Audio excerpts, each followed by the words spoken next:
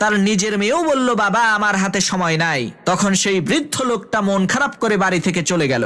তখন সেই বৃদ্ধ লোকটার স্ত্রী চিন্তা করলো, আহারে আমার স্বামী বুড়া মানুষ, কয়দিনই আর বাঁচবে, একটা প্যান্টই তো পরতে চাইছে, দেই একটু সেলাই করে প্যান্টটাকে ঠিক করে দেই। এই চিন্তা করে সেই বৃদ্ধ লোকের স্ত্রী ফুল প্যান্টটাকে আধাত কেটে ছোট করে জায়গা মতো রেখে দিছে। এদিকে বৃদ্ধ লোকটার পুত্রবধূ আবার চিন্তা করলো, আহারে আমার শ্বশুর ছোট একটা কাজ দিছে, না করলে খারাপ দেখা যায়, দেই প্যান্টটাকে কেটে একটু ছোট করে দেই। পুত্রবধূ ও প্যান্টটা নিয়ে আধাত কেটে সেলাই করে জায়গা মতো রেখে দিছে। অন্যদিকে সেই বৃদ্ধ লোকটার নিজের মেয়ে, সেও চিন্তা করলো, আমার আব্বা প্যান্টটা কাটতে কইলো, কাটলাম না, এটা কি ঠিক করলাম, যাই প্যান্টটা কেটে একটু ছোট করে দেই। এইভাবে তিনজন মহিলা মানুষ মিলে ওই ফুল প্যান্টটাকে নির্যাতন করে 1.5 হাত ছোট করে ফেলছে।